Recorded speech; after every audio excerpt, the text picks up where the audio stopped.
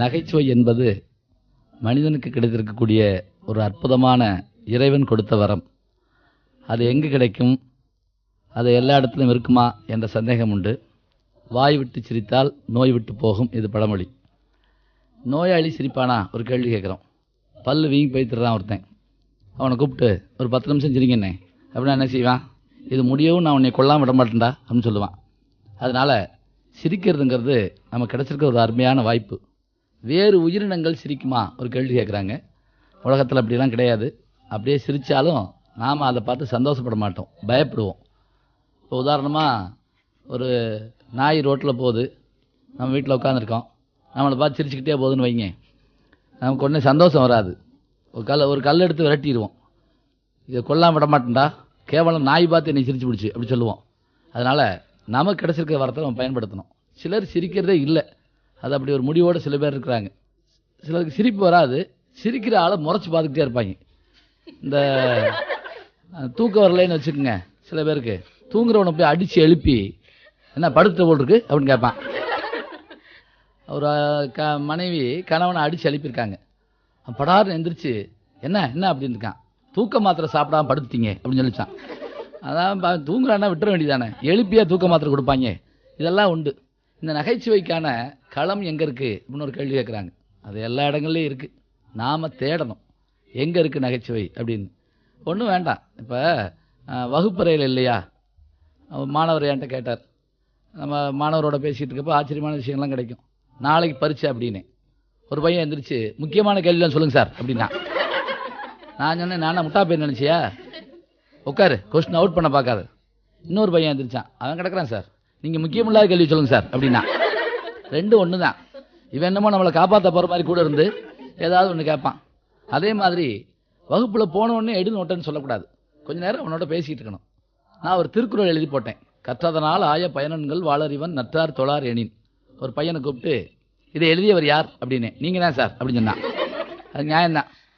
நானே எழுதி போட்டு அவனை கூப்பிட்டு கேட்டால் என்ன அர்த்தம்? எனக்கு ஞாபகம் மருதின்னு அர்த்தம். ஒரு வாத்தியார் கேட்டாராம், எட்டயபுரத்தில் பிறந்தவர் யார்? அவன் சிரிச்சிருக்கான். எட்டயபுரத்தில் எத்தனை பேர் பிறந்திருப்பாங்க? ஏன்டா கேட்டால் என்ன அர்த்தம்? பாரதியார் எங்கே பிறந்தாருன்னு கேட்டால் நான் சொல்லிடுவேன். இப்படி கேட்டால் சொல்ல முடியுமா? முடியாது. ஏன்னா மாணவர்கள் இயல்பாக பேசுவான், அது வித்தியாசமாக இருக்கும், ரொம்ப ஆச்சரியமாக உண்டு. ஒரு வாத்தியார் பாடம் நடத்திக்கிட்டு இருந்தார். பக்கத்தில் தெருவில் நாய் பயங்கரமாக குலைச்சிக்கிட்டே இருந்திருக்கு. என்ன பண்ணுறது, பார்த்துக்கிட்டே இருக்காருன்னு நடத்த முடியல. படான்னு பாடத்தை நிப்பாட்டார். ஒருத்தன் ஜன்னல் வழியாக அந்த நாய்களை பார்த்துட்டே இருந்திருக்கான். ஒரு வழியாக சண்டை முடிஞ்ச உடனே வாத்தியாரை பார்த்து சொன்னேன், நீங்கள் ஆரம்பிங்க அப்படின்னா. அவன் பாவம் சாதாரணமாக தான் சொல்கிறான், இவருக்கு அது பதட்டமாக தான் இருக்கும். ஆனாலும் நம்ம என்ன பண்ணுறோம்னா சந்தோஷமாக கேட்டுக்கிறோம். இந்த மாணவர்களுக்கும் ஆசிரியர்களுக்குமான இந்த விஷயத்தை சொன்னாலே அற்புதமாக இருக்கும். நாங்கள் படிக்கிறப்ப ஒரு நாள் அந்த கிரவுண்டில் உட்காந்துருந்தோம். அன்னைக்கு ஒரு குரங்கு ஒன்று இங்கே கல்லூரிக்கு வந்துச்சு. எதுக்கோ வந்துருக்கு பாவம் தெரியல. அப்போ நாங்கள்லாம் பார்த்துட்டு இருந்தோம். அந்த பக்கமாக வந்த ஒரு வாத்தியார் அவர் பாட்டுக்கு போயிருக்கலாம். அவர் என்ன பண்ணார், அந்த குரங்கை பார்த்துட்டு என்கிட்ட கேட்டார், நீயும் அட்மிஷனா அப்படின்னு கேட்டார். அப்படின்னா என்ன அர்த்தம்னா புதுசாக சேர்ந்தா பயலான்னு அர்த்தம். அந்த குரங்கை காமிச்சு ஒரு பையன் எந்திரிச்சு ரொம்ப வணக்கத்தோட, இல்லை சார் நியூ அப்பாயின்மெண்ட் அப்படின்னா. அப்படின்னா என்ன அர்த்தம்னா புதுசாக வந்த வாத்தியார்னு அர்த்தம். இவர் பேசாமல் போயிருந்தாருன்னா அந்த குரங்கு அது பாட்டுக்கு பேசாமல் போயிருக்கும். இது எதுக்கு? இந்த மாதிரி பல விஷயங்கள் இருக்குது. இப்போ நினச்சி பாருங்கள், ஒரு தடவை நல்லா சிரிக்கிறப்ப உடம்பு முழுவதும் எவ்வளோ அருமையான அற்புதமான ஒரு மாற்றம் ஏற்படுது. மருத்துவத்தில் இதை சொல்கிறாங்க, இது ஒரு தெரப்பி அப்படிங்கிறாங்க, ஹியூமர் தெரப்பி அப்படிங்கிறாங்க. எதுக்காக அப்படின்னா ஒரு தடவை சிரிச்சிட்டோம்னா நம்முடைய அந்த பிபி பல்ஸ்ன்னு சொல்கிறோம் பாருங்க, இதெல்லாம் மாறுபடும், அதாவது நோய் நம்ம விட்டு விலகி போகும் அப்படி சொல்கிறாங்க. இன்னொரு கேள்வி கேட்குறோம், எப்படின்னா இந்த காலத்துக்கு ஏற்றபடியான நகைச்சுவை உண்டா? ஏன் இல்லை? எத்தனையோ அறிவியல் மாற்றங்களுக்கு ஏற்ப நகைச்சுவைகள் இருக்குது. இப்போல்லாம் கடிதம் எழுதுறதே குறைஞ்சி போச்சு, உங்களுக்கு தெரியும். இன்னெல்லாம் கடிதம் எழுதிக்கிட்டே இருப்போம். எனக்கெல்லாம் ஒரு நண்பர் கடிதம் எழுதுகிறப்ப கீழே கட்டாயம் ஒரு குறிப்பு எழுதுவார், இந்த கடிதம் கிடைக்காவிட்டால் உடனே பதில் எழுது அப்படிம்பார். இது எப்படி எழுத முடியும்? அது வந்து வேற சண்டை போடுவார், நான் சொல்லியிருந்தேன்ல ஏன் எழுதலை அப்படின்லாம் சொல்லி கேட்பார். அவர் என்ன பண்ணுறது? இப்போ அது இல்லை. இப்போல்லாம் ஃபோன் வந்துருச்சு. ஃபோன் வந்தாலும் ஃபோனில் எல்லாரும் பேசுவோம். ஒரு காலத்தில் நான் பேசிட்டு அவர்கிட்ட கொடுப்பேன், அவர் பேசிட்டு கொடுப்பாரு. சில வீடுகளில் எல்லாரும் பேசுவாங்க, நாயெல்லாம் குலைக்கும். பப்பி எப்படி இருக்குன்னு கேட்டோடனே அது லொல் அப்படிங்க, உடனே சரி நல்லா இருக்கு அப்படின்னு சொல்லுவோம். இப்போ அதுவும் கிடையாது, குடும்பத்தோடு பேசுறதுல செல்ஃபோன் வந்துருச்சு. திடீர்னு ஃபோன் அடிக்குது, ஒருத்தர் எழுந்திரிச்சு மூளைக்கு ஓடிட்டு அப்படியே ஓடியாராரு. அன்னைக்கு பஸ்ஸில் பார்த்தேன், ஒருத்தர் செல்ஃபோனை வச்சுட்டு நீ எங்கே இருக்க நீ எங்கே இருக்கேன்னு கத்துறாரு. இன்னொரு ஆள் நீ எங்கே இருக்க நீ எங்கே இருக்கேன்னு கத்துறாரு. 2 பேரும் ஒரு பஸ்ஸுக்குள்ள தான் இருக்காங்க. ஒரே பஸ்ஸுக்குள்ளே உட்காந்து நீ எங்கே இருக்க நீ எங்கே இருக்கன்னு கத்திட்டு இருக்கான். இப்போ என்ன ஆகுது, இவன் என்னமோ தென் அமெரிக்காவில் இருக்க மாதிரியும் அவன் வட ஆப்பிரிக்காவில் இருக்க மாதிரியும் ஒரு பஸ்ஸுக்குள்ளே ஒருத்தனோட ஒருத்தன் பேச மாட்டேங்கிறான். இதை பார்க்குறோம். இதே மாதிரி அறிவியல் வளர்ச்சியில் நிறைய மாற்றங்கள்லாம் நடக்கும். அதை நம்ம சந்திச்சிருக்கிறோம். உதாரணம் சொல்கிறதா இருந்தால், ஒரு 10 ஆண்டுகளுக்கு முதல்ல கிராமத்தில் எல்லாம் எல்லாரும் உட்காந்து பேசுவாங்க, எல்லாரும் கேட்டுக்கிட்டு இருப்பாங்க, பிள்ளைகள் விளையாடும். இப்போ அதெல்லாம் கிடையாது. சாயங்காலம் ஆனால் போதும் எல்லாரும் கதவை பூட்டி டிவி பார்க்க போயிடுறாங்க. அதுவும் தொடர்ந்து டிவி பார்த்து மெகா தொடர்களாக பார்த்து பார்த்து நம்ம வீட்டு பெண்கள் என்ன ஆகிட்டாங்கன்னு சொல்ல முடியல. இங்கே சமீபத்தில் ஒரு ஊரில் காலையில் 3:30 மணி வரைக்கும் டிவி பார்த்துருக்காங்க. 4 மணிக்கு திருடன் வந்து அம்மட்டி கொண்டு போயிட்டான். அது பரவாயில்ல, மெட்ராஸில் திருடன் சேர்ந்து உட்காந்து பார்த்துருக்கேன். அவங்களோட படம் பிரமாதம்னே அப்படின்னு பெட்டியை கொண்டு போயிட்டான். இது இப்போ ஒரு 10 ஆண்டுகளுக்கு முதல்ல அப்படி இல்லை. நான் கிராமத்தில் இருக்கப்ப டிவி எல்லார் வீட்லேயும் இருக்காது. சில ஆண்டுகளுக்கு முதல்ல எங்கள் வீட்டில் டிவி இருந்தது.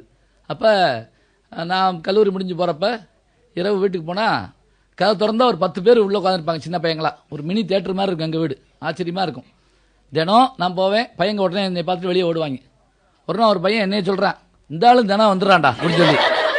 நான் அப்புறம் எங்கள் வீட்டில் சொன்னேன், இந்த மாதிரிலாம் செய்யாத, இவன் என்னையும் சேர்த்து சினிமா பார்க்க வந்த ஆளில் கணக்கில் சேர்த்து விட்டான் அப்படின்னு சொல்லி. அப்போ இவர் நினச்சி பாருங்க, இந்த அறிவியல் வளர்ச்சியிலே நிறைய மாற்றங்கள் இருக்கா? இருக்குது. அது மட்டும் இல்லைங்க, அமெரிக்காவில் இருக்கவன் நமக்கு அண்டை வீட்டுக்காரனாக இருக்கான். ஆனால் அடுத்த வீட்டுக்காரன் நமக்கு அயல் கிரகத்துக்காரனாக இருக்கான். அது இப்படி எப்படின்னு சொல்கிறேன்னா, கிராமத்திலேருந்து இங்கே வந்துட்டேன், நகரத்துக்கு வந்து பல நாள் ஆச்சு, 3-4 வருஷம் ஆச்சுன்னு வைங்களேன். நிறைய வீடுகள் கொண்ட ஒரு குடியிருப்பில் இருக்கேன்.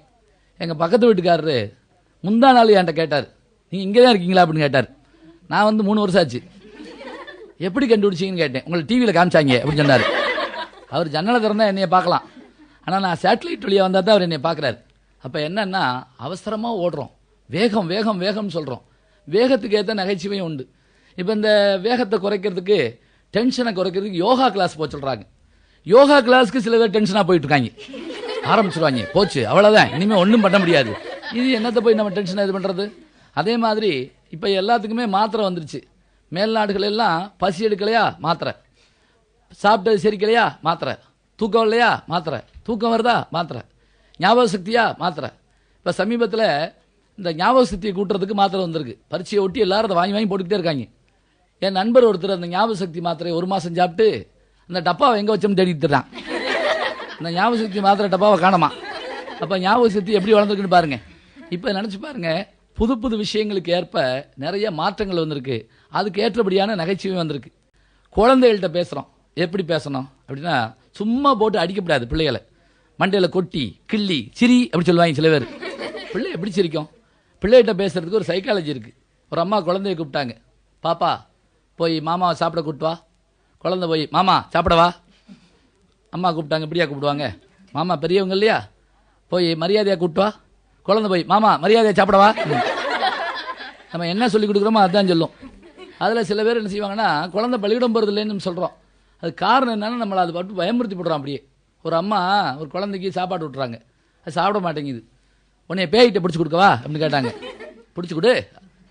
உன்னை பிசாசிட்ட பிடிச்சி கொடுக்கவா, பிடிச்சி கொடு அப்படின்னா உன்னை உங்கள் டீச்சர்கிட்ட சொல்லவா. உடனே அந்த பிள்ளை டப்புன்னு திரும்பிடுச்சு. அப்படியே உடனே பேய் பிசாசை காட்டிலும் கொடுமையான ஒரு டீச்சர்னு சொன்னால் எந்த பிள்ளையாவது பள்ளிக்கூடத்துக்கு போகுமா? போகாது. அது மட்டும் இல்லைங்க, குழந்தைகளுக்கு சின்ன விஷயம் கூட பெரிய ஆச்சரியமாக தெரியும். அவங்களுக்கு கவலைகள் இருக்கா? நமக்கு நிறைய கவலை இருக்குது. பாரதியார் சொன்னார், ஈனக்கவலை அப்படின்னார். ஈனக்கவலைனா எப்போ என்ன வரும்னு தெரியாது, ஆனால் கவலைப்பட்டுக்கிட்டே இருப்போம். செருப்பை கழட்டி போட்டு எத்தனை பேர் அதை நோக்கியே உட்காந்துருப்பான். இப்படியே செருப்பை பார்த்துக்கிட்டே இருப்பாங்க சில பேர். நான் ஒரு கல்யாண வீட்டில் பார்த்தேன், சாப்பிட்டு வந்தேன். என் கூடவே வந்த ஒரு ஆள் சொல்கிறாரு, அருமையான செருப்புங்க, 300-400 ரூபா இருக்கும், சாப்பிட்டு வந்து பார்க்குறேன் காணோம். அப்புறம் என்ன பண்ணீங்கன்னு கேட்டேன். அப்புறம் என்ன, ஏன் செருப்பை தான் போட்டு வந்தேன் அப்படின்னா. அதாவது இவன் எவன் செருப்பையே பார்த்து வச்சுருந்துருக்கான். நான் இவனோட சேர்ந்து கவலைப்பட்டுக்கிட்டு இருக்கேன். ஆனால் பிள்ளைகளுக்கெல்லாம் கவலை உண்டா? பெரும்பாலும் பிள்ளைகளுக்கு கவலை இல்லை. ஏன்னா அவங்களுக்கு ஒரு கவலை இருக்கும். என்ன கவலைன்னா, நாளை பள்ளிக்கூடமா இல்லையா அப்படிங்கிற ஒரு கவலை இருக்கும். அதான் ஒரு வாத்தியார் சொன்னாராம், வர 8ஆம் தேதி உலகம் அழிய போகுது. ஒரு பையன் எந்திரிச்சு கேட்டான், அன்னைக்கு லீவா சார் அப்படின்னு கேட்டுக்கான். ஏன்னா உலகமே அழிஞ்சதை பற்றி அவனுக்கு கவலை இல்லை, அன்னைக்கு லீவா பள்ளிக்கூடமா. அவர் சொன்னார், CO இருந்து ஆர்டர் வரல, வந்தாத்தான் லீவு. ஏன்னா அவரை பொறுத்த மட்டும் எல்லாமே CO தான் சொல்லணும். இப்போ இந்த குழந்தைகள்கிட்ட பேசுகிறப்ப எத்தனை மகிழ்ச்சி அருமையாக இருக்குது. இன்னும் ரொம்ப பிரமாதமாக சொல்லலாம். எப்படின்னா, நாம் சில சமயம் குழந்தைய ஏமாற்ற நினைப்போம், ஆனால் குழந்தைகள் வந்து வித்தியாசமாக இருக்கும். எப்படி சொல்லலாம் அப்படின்னா, ஒரு அம்மா குழந்தைக்கு மாத்திரை கொடுத்தாங்க. இப்போ உங்களுக்கு பழைய காலத்தில் தெரியும், குழந்தைக்கு மருந்து கொடுக்குறதுனா ஒரு சங்கு ஒன்று கொடுப்பாங்க. அதை வச்சுக்கிட்டு வாயை பிளந்து அது மேலே ஏறி உட்காந்து பிள்ளையை கொல்ல போகிறாங்களான்னு நமக்கு தோணும். ஆனால் மருந்து தான் கொடுக்குறாங்க பாவம். இப்போ இந்த அம்மா என்ன பண்ணாங்க, இப்போல்லாம் மாத்திரை வந்துருச்சு. ஒரு அம்மா உடனே யோசனை பண்ணாங்க, மாத்திரை பிள்ளை சாப்பிடாது, கசப்பாக இருக்கும்.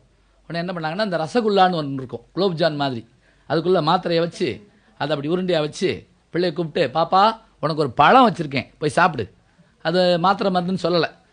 சரிண்டு அந்த பிள்ளை போயிடுச்சு. அம்மா வெளியே வந்துட்டாங்க. ஏன்னா இருந்தால் பிள்ளை சந்தேகப்படும் இல்லையா. காமணி நேரம் கழிச்சு போய் பார்த்தாங்க, அதை காணோம் அந்த ரசகுல்லாவை. சரி பிள்ளை சாப்பிட்டுருச்சுன்னு சந்தோஷத்தில் கேட்டாங்க, பாப்பா பழத்தை சாப்பிட்டியா? பாப்பா சொல்லிச்சு, சாப்பிட்டேன், கொட்டை கசப்பாக இருந்துச்சு, துப்பிட்டேன் அப்படின்னு சொல்லிச்சு. இப்போ குழந்தைகள்கிட்ட பேசலாம். அதே மாதிரி ஒருவேளை சாப்பாடையாவது குடும்பத்தோடு உட்காந்து சாப்பிடுங்க அப்படின்னு மேல்நாட்டில் சொல்கிறாங்க. நம்ம நாட்டிலே அப்படி உண்டு. நல்லதொரு குடும்பம் பல்கலைக்கழகம்னு சொல்லுவாங்க. ஏன் அப்படின்னா, பிள்ளைகள் எத்தனை பேர் குடும்பத்தில் யார் யார் இருக்கான்னு பல பேருக்கு தெரியாது. இப்போ யாரையாவது கூப்பிட்டு, உங்கள் பையன் எத்தனாவது படிக்கிறான்னு கேளுங்களேன். அவன் 6ஆவதோ 7ஆவதோ 6ஆவதோ படிக்கிறான். இப்படி ஒரு படிப்பு எங்கேயாவது இருக்கா? 6 மாதம் 6ஆவது 6 மாதம் 7ஆவதா படிப்பான்? ஒரு மனைவி கணவன்கிட்ட சொன்னாங்க, எங்கள் அப்பா வீடு வரைக்கும் போயிட்டு வந்துடுறேன், பிள்ளைகளுக்கு சாப்பாடு போட்டு படுக்க வைங்க. போயிட்டு அந்த அம்மா 10:30 மணிக்கு வந்திருக்கு. புருஷன் சேர் போட்டு கோவம் உட்காந்துருக்கான் வாசலில். ஒரு 6 வயசு பையன் புழு ட்ரௌசர் போட்டு குப்பரைப்படுத்து அழுகிட்டே இருந்திருக்கேன் தேம்பி. இந்த அம்மா வந்தோடனே கேட்டாங்க, பிள்ளைகளுக்கு சாப்பாடு ஓட்டிக்கலாம்? என்ன சாப்பாடு ஓட்டிக்கலாம்? இந்த பையன் வெளியே ஓடுறான், அடிச்சு பல்ல கழட்டி படுக்க வச்சிருக்கேன். அந்த அம்மா பிரட்டி பார்த்துட்டு, ஐயோ இவன் எழுத்து விட்டு பையன்ல, இவனுக்கு எதுக்கு சாப்பாடு ஓட்டிங்க? அந்த பையன் வெளியே ஓடிருக்கான் அவங்க வீட்டுக்கு போகிறதுக்கு. அவனையும் போக விடாமல் பாடாப்படுத்தி உட்கார வச்சு, இவன் பாருங்க. அப்போ ஒருவேளை சாப்பாடாவது நம்ம குடும்பத்தோடு சாப்பிட்டோம்னு வச்சுக்கோங்க, இது அப்பா, இது பிள்ளை, இது மகன், இது அம்மா, அப்படிலாம் நம்ம சில குழப்புற மாதிரி ஒரு உறவுலாம் வச்சுருப்போம். ஒன்று விட்ட சித்தப்பா மையன் வாங்கி, அது என்னன்ற பேருக்கு புரியாது, அதை கழிச்சு பார்க்கணுமோ என்னமோ தெரியல. இப்படிலாம் உண்டு. மனைவிட்ட பலர் பேசுகிறதே கிடையாது. சில வீடுகளில் எல்லாரும் மௌனமாகவே தெரிவாங்க, ஆஸ்பத்திரியில் மாதிரி. யாரு கூட யாரும் பேசவே மாட்டாங்க, மெதுவாக சிரிப்பாங்க. அப்படி தான் இருக்கும். ஒரு முதலிரவில் ஒரு கணவன் என்ன பண்ணியிருக்கான், மனைவியோட பேசுகிறோம்னு ரொம்ப முயற்சி பண்ணி 3:45க்கு ஒரு வாரத்தை பேசியிருக்கான். என்ன உனக்கு பிடிச்சிருக்கா அப்படின்னு கேட்டான். இனி பிடிச்சேன்னா பிடிக்கலன்னு என்ன கல்யாணம் ஆகி கதை உடச்சு விட்டாங்க. அவள் செல்லம்மா போ பைத்தியம் அப்படி சொன்னான். உனக்கு எப்படி தெரியும் அப்படின்னு கேட்டான். ஏன்னா அவர் 6 மாதம் வைத்தியர் ஆஸ்பத்திரி இருக்கான். அவள் சொன்னா, நானும் அதே ஆஸ்பத்திரி தான், நீ 7ஆம் நம்பர் வார்டு, நான் 3ஆம் நம்பர் வார்டு, குடும்பம் சிரிப்பா சிரிக்கும், கவலைப்படாது அப்படின்னா. இப்போ இப்படி நினச்சி பாருங்க. இன்னொரு கேள்வி கேட்குறோம் குடும்பத்திலேயே. என்ன அப்படின்னா, ஊடல் அப்படின்னு ஒன்று வரலாமா, சண்டை வரலாமான்னு கேட்குறோம். வரணுங்கிறாங்க. இப்போ திருக்குறள் எடுத்தோடனே கேட்டிங்கன்னா முதல் குறள் என்ன சொல்லிவிடுவோம், அகர முதல் எழுத்தெல்லாம் ஆதிவன் முதற்றிய உலகு. கடைசி குறள் என்னன்னு கேளுங்க, பலருக்கு தெரியாது. அது திருவள்ளுவர் சொல்கிறார், ஊடுதல் காமத்திற்கு இன்பம், அதற்கு இன்பம் கூடி முயங்க போறின். அப்படின்னா என்னன்னா, ஒன்றும் பெரிய விஷயம் இல்லை. வீட்டில் சிறு சண்டை வரணும், சண்டை முடிஞ்ச உடனே வர்ற மகிழ்ச்சி இருக்கே, அது ரொம்ப பிரமாதமானது. எப்படி வரும் சண்டை அப்படின்னு ஒரு கேள்வி கேட்குறோம். சும்மா எடுத்தெல்லாம் அடிக்கப்படாது. ஒரு வீட்டில் எப்போ பார்த்தாலும் சிரிப்பு சப்தம் கேட்டிருக்கு, தெருவே பார்த்து புறவப்பட்டிருக்காங்க. இப்படி ஒரு மகிழ்ச்சியாக இருக்காங்களே இந்த வீட்டில். ஒருத்தன் போய் கேட்டே விட்டான், உங்கள் வீட்டில் சண்டை வராதான்னு. அவன் சொன்னா, அதெல்லாம் வரும். சண்டையில் அவள் அங்கேருந்து என் மேலே என்ன செய்வான்னா, மிக்சியை தூக்கி எறிவா. என் மேலே பட்டா அவ சிரிப்பா, படலைன்னா நான் சிரிப்பேன். பதிலுக்கு இங்கேருந்து நான் ஒரு டேபிள் வெயிட் அவன் மண்டையில் எறிவேன். அவன் மேலே பட்டா நான் சிரிப்பேன், படலைன்னா அவ என்னைய பார்த்து சிரிப்பா. குடும்பம் சிரிப்பா சிரிப்பு டெவலப்படாங்க அப்படின்னு சொன்னான். இப்படி இல்லை சிரிப்புங்கிறது. அப்போ எப்படி இருக்கணும்? ஊழல்னா என்ன? ஒரு சின்ன உதாரணம் சொல்லலாம். குழந்தை பிறக்க போகுது, ஸ்கேனில் ஆம்பளை பிள்ளைன்னு கண்டுபிடிச்சிட்டாங்க. சரி என்ன பேர் வைக்கிறது? இதுதான் சண்டை வீட்டில். இவன் சொல்கிறான், கணவன், எங்கள் அப்பா பேர் தான் வைக்கணும், வழியாக வந்த பேர் சீனிவாசன். அவள் சொல்கிறா, கல்யாண செலவை ஏற்றுக்கிட்டு மண்டபத்துக்கு வாடகை கொடுத்து ஸ்கூட்டர் வாங்கி கொடுத்து பெட்ரோல் போட்டது எங்கள் அப்பன் கிருஷ்ணன் பேர் தான் வைக்கணும். இவன் சீனிவாசன், அவள் கிருஷ்ணன். ஒரு வாரம் சண்டை போட்டு சோறாக்காம விட்டாங்க. பிள்ளை வரைக்கும் இன்னும் 4 மாதம் இருக்குது. இப்போ என்ன பண்ணுறது? புருஷன் யோசிச்சு பார்த்தான், இது எதுக்கு வெட்டியாக சண்டை போடுவானே, பக்கத்து வீட்டில் போய் கேட்போம் அப்படின்னு அடுத்த வீட்டுக்கு போய் கேட்டாங்க. பக்கத்து வீட்டில் போய் இவன் சொன்னான், ஐயா பிறக்க போகிறது ஆம்பளை பிள்ளைன்னு கண்டுபிடிச்சிட்டோம், எங்கள் அப்பா பேர் சீனிவாசன் வைக்கலாமா, அவங்க அப்பா பேர் கிருஷ்ணன் வைக்கலாமா? அவன் சொன்னா, இதுக்கு எதுக்கு சண்டை போடுறீங்க, உங்கள் அப்பா பேர் என்ன சீனிவாசன், அவங்க அப்பா பேர் என்ன கிருஷ்ணன். சரி சீனிவாச கோபால கிருஷ்ணன் வாய் நிறைய கூப்பிடுங்க போங்க. இப்போ புருஷன் யோசிச்சான், சீனிவாசன் எங்கள் அப்பன் பேர் சரி, கிருஷ்ணன் அவங்க அப்பன் பேர் சரி, கோபாலம் யாருன்னா எங்க அப்பன் பேர் அப்படின்னாவே. சண்டை சாக்கில் அவங்க அப்பன் பேரை உள்ள வச்சு விட்டான். இதில் நமக்கு தெரிஞ்சது என்ன தெரியுமா? இந்த சண்டையை வீட்டுக்குள்ளே போட்டிருந்தோம்னா ஒன்று சீனிவாசன் ஜெயிச்சிருப்பான் அல்லது கிருஷ்ணன் ஜெயிச்சிருப்பான். வெளியே சண்டையை கொண்டு போனால் கோபாலம் வீட்டுக்குள்ளே வந்துடுவான். அப்போ என்ன அர்த்தம்? சண்டையை வீட்டுக்குள்ளே போடுங்க, சண்டை போடக்கூடாதுன்னு சொல்லலை. அந்த சண்டைக்கு பிறகு ஒரு நல்ல இன்பம் இருக்குங்கிறதையும் நல்லா அழகாக சொல்லியிருக்காங்க. சரி, இன்னொன்று என்ன அப்படின்னா, இந்த நகைச்சுவையில் ஏதாவது அறிவுரை சொல்லலாமா ஒரு கேள்வி கேட்குறோம். நமக்கு அறிவுரைனா பிடிக்கவே பிடிக்காது. இப்போ உங்களுக்கு உதாரணமாக ஏதாவது ஒன்று சொல்ல போகிறேன்னா நமக்கு கோவம் வரும், தூக்கமாக வரும். அப்படியே ஒரு பள்ளிக்கூடத்தில் ஒரு வாத்தியார் வரல, பயங்கள்லாம் அப்படி பல்ட்டி அடித்து குதிச்சு ஆடி எத்தனை நாள் லீவுன்னு சந்தோஷமாக கேட்டுட்டு இருக்காங்க. திடீர்னு ஹெட்மாஸ்டர் உள்ள புகுந்தார். 1 மணி நேரம் அவங்களுக்கு அறிவுரை சொல்கிறார். நீ தான் எதிர்கால இந்தியாவினுடைய தூணு, இரும்பு, ஆஸ்பெஸ்டாஸ் சீட்டு, சிமெண்ட் மூட்டை, செங்கக்கல்னு சொல்லிட்டு இருக்காரு. அப்படியே கண்ணீர் மல்க உட்காந்துருக்காங்க. ஒரு வாரம் கழிச்சு அதே வாத்தியார் வரல, ஒரு பய கூட சத்தம் போடல. எனக்கு ரொம்ப ஆச்சரியம். நான் உள்ளே போய் கேட்டேன், எல்லாரும் திருந்துட்டீங்களான்னு கேட்டேன். இல்லை, சத்தம் போட்டால் இருந்தாலும் வந்துருவேன் பழையபடி வந்து திரும்பி ஆரம்பிச்சு, நீ தான் எதிர்கால இந்தியாவுடைய தூண், இரும்பு, ஆஸ்பெஸ்டாஸ் சீட்டு நான் வச்சிருக்கேன், அதனால நாங்கள் சத்தம் போடலன்னு. அப்போ நமக்கு அறிவுரை பிடிக்காதுன்னு தெரியுதுங்களா? அறிவுரையை விட்டுட்டு நகைச்சுவையில் நிறைய விஷயங்கள் சொல்லலாம். சொல்கிறப்ப லேஸ் அந்த சுகர் கோட்டட்னு சொல்லுவாங்க, அது மாதிரி சின்ன சின்ன விஷயங்கள் எடுத்துக்கிட்டு அழகாக நகைச்சுவையில் சொல்லலாம். திருமண வீடுகளுக்கு போவோம். திருமண வீடுகளில் பார்த்தீங்கன்னா இந்த மாப்பிள்ளை அப்படி கையில் தாலி தான் எடுப்பார். திரும்பி பார்த்தா 30 பேர் சாப்பிடுவாங்க. எப்படி உள்ளே ஓனான்னு கண்டுபிடிக்கவே முடியாது. மின்னல் வேகத்தில் பறந்து உள்ளே போய் சாப்பிட்டு வருவாங்க. ஒரு கல்யாண வீட்டில் நான் பேசிட்டு உட்கார போனேன். பொண்ணோட தகப்பனார் ஓடியாந்தார். இன்னொரு 15 நிமிஷம் பேசுங்க அப்படின்னாரு. ஏதோ தமிழ் ஆர்வத்தில் கேட்குறாரு நினச்சி, புறநானூறு படித்தாயா, அகநானூறு படித்தாயா, கலித்தொகை தெரியுமா, குறுந்தொகை கேட்டாயான்னு பேசிக்கிட்டு இருக்கேன்.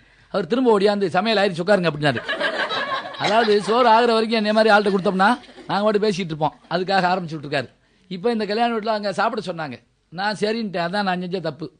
ஒரு ஆள் சாப்பிட்ற இடத்துல 3 ஆள் உட்காந்து சாப்பிட்டுக்கிட்டு இருக்காங்க. நான் இந்த பக்கம் இலையில் உட்காந்துருக்கேன், ஏன் இலையில் அங்கிட்டு ஒருத்தன் உட்காந்துருக்கான். நான் இது ஏன் இல்லை அப்படின்னு, சும்மா நீங்கள் இங்கிட்டு சாப்பிடுங்க, நான் இங்கிட்டு சாப்பிட்றேன் அப்படின்னா. இது நம்ம அங்கே பார்ப்போம். கல்யாண வீடுகளில் பார்க்கக்கூடிய விஷயம். ரயிலில் போகிறோமா, பஸ்ஸில் போகிறோமா, பிரயாணங்களில் பல அனுபவங்கள் நமக்கு ஏற்படும். அந்த அனுபவங்கள் நினச்சி பார்த்தாலே நம்மளால் சிரிப்பை தாங்க முடியாது.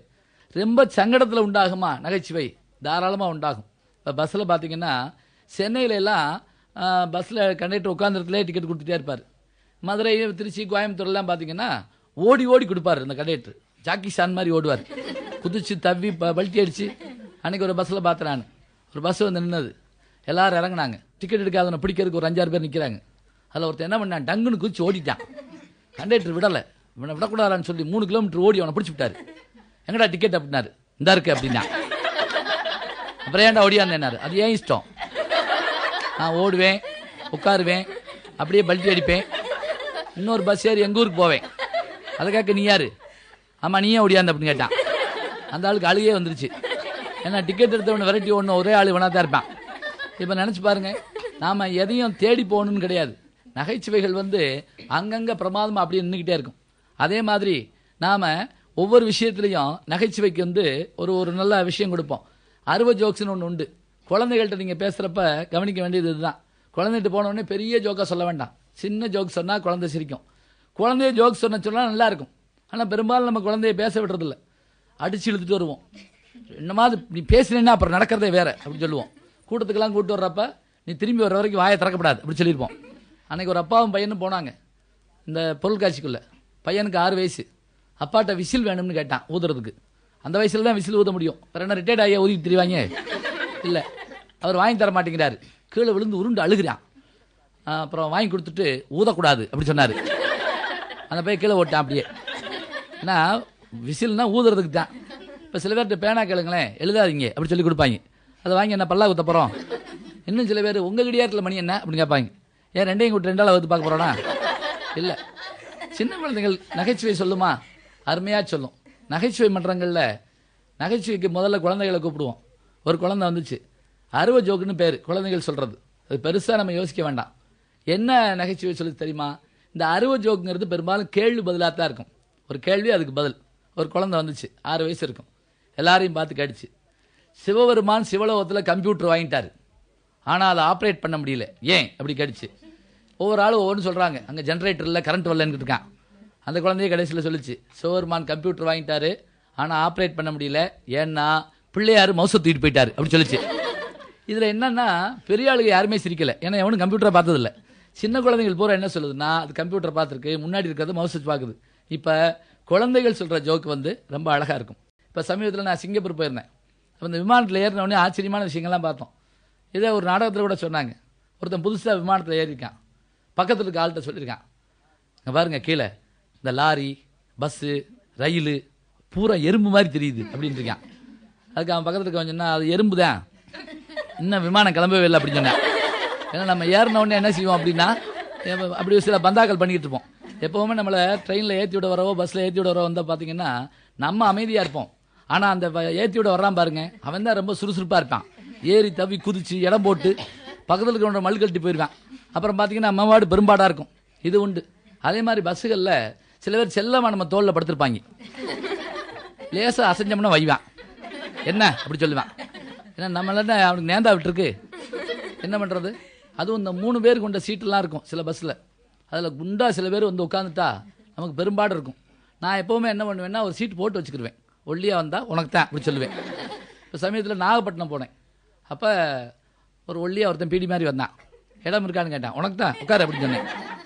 துரோகி என்ன பண்ணிட்டான், உட்காந்து இருந்தவன் பஸ்ஸு கிளம்புவோமே எந்திரிச்சு பெரியப்பா பெரியப்பான்னு கத்தினான். வெளியே பார்த்தா ஒரு பீப்பா நிற்கிது. அதை கொண்டு வந்து அப்படியே ஏற்றி நடுவில் உட்கார வச்சுட்டாங்க.